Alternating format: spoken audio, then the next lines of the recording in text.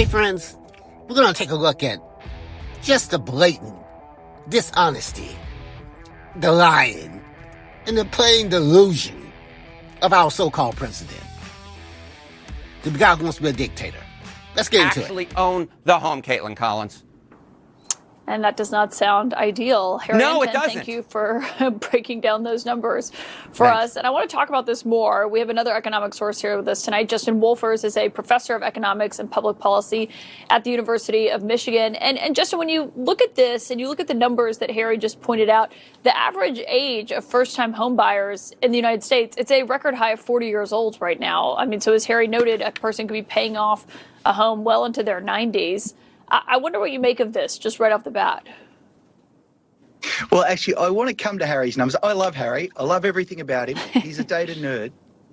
But I'm an economist, so I get to add something to the cake. So when he did his math, he said, what if the 50-year loan is the same rate as a 30-year loan? That's actually too optimistic. For a bank, a 50-year mortgage is actually riskier because there's more things that can go wrong in between. A reasonable guess is, in fact, that the interest rate on a 50-year mortgage would be 0.5% or even 1% higher than it would be under a 30, which means, here's my math, for a typical home, the monthly payment would move from $3,100 to $3,000, not very much at all. So you'd save almost nothing on the monthly mortgage and you have to pay for another 20 years. The point that you make, that if I take a loan, even at age 35, the idea that the perfect house for me at age 35 is the same house I would have chosen at age 85 doesn't make any sense whatsoever. So there's a fundamental problem here, which is trying to fix what's going on with our housing market by fiddling with the mortgage market is misdiagnosing the problem. Yeah, I mean, we've seen so many people in Trump's world who are upset about this and saying that this is unrealistic and that they agree with what you're saying. And, you know, just on the economy overall, as we've been looking at this and what people can afford, what the economy looks like now, the president has been insisting that prices are down. He's been arguing basically that beef and the price of that is the only issue. I want you to listen to something he had to say. I think we are doing phenomenally well. This is the greatest economy we've ever had. Their talking points, costs are high, costs are high. By the way, the only thing is beef. Coffee is a little high because the ranchers are doing great. Coffee, we're going to lower some tariffs. We're going to have some coffee come in. I wonder what you make of that, given it is dozens of grocery prices that are up since he took office in January. Look, every word the president just said is a lie. And worse with that, it's such a lie that I worry that there's literally a break with reality inside the man's mind. I can tell you that because I'm a statistics nerd. You can go to the Bureau of Labor Statistics. They've got people in supermarkets all across the country, and almost every category of goods or services sees the prices rising. There's a reasonable argument to be had. Is inflation too high? Is inflation too low? But we have inflation. It's positive, and it's not just the nerds at the BLS who see it. When companies are giving their earnings reports, they're telling us they're raising their prices. And every single viewer on the other side of this television set knows exactly what's happening, which is prices are rising. I don't understand the logic of looking us in the eye and telling us an outright falsehood. Justin Wolfers, always great to have your breakdown as an economist. Thank you for joining us tonight.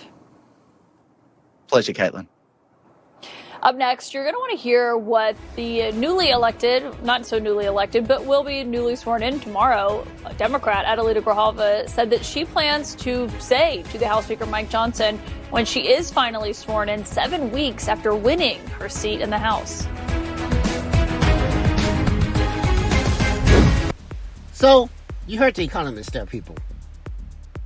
He's concerned there's a break with reality. And any person who supports this man, you need to really start asking yourself, unless you just listen to Fox News, watch Fox News and listen to right-wing talk all day, which most of you do. That's why your head's so far up your ass, you have no idea what's going on in the world. That's why you would support someone so horrible. The man absolutely lies. If he's not lying, he's spinning. Every time he opens his mouth, it just repeats this all over the world.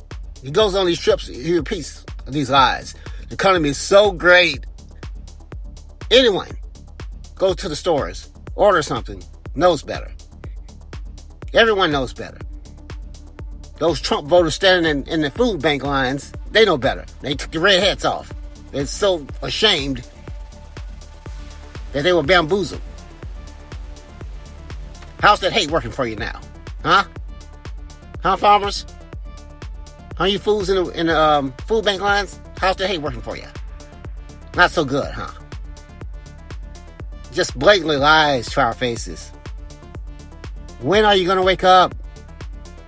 And the Arizona representative, Grijalva, I can't say it. Grijalva, whatever. She deserves to be. She deserves to be seated. And we all know why she's not. Can anyone say Epstein files? You know who's in them. Also, Trump supporters, ask yourselves about that. Do you people have any shame? That's what I ask you. Do you have any shame? That's all I got. Let me know what you think in the comments. Thanks for watching.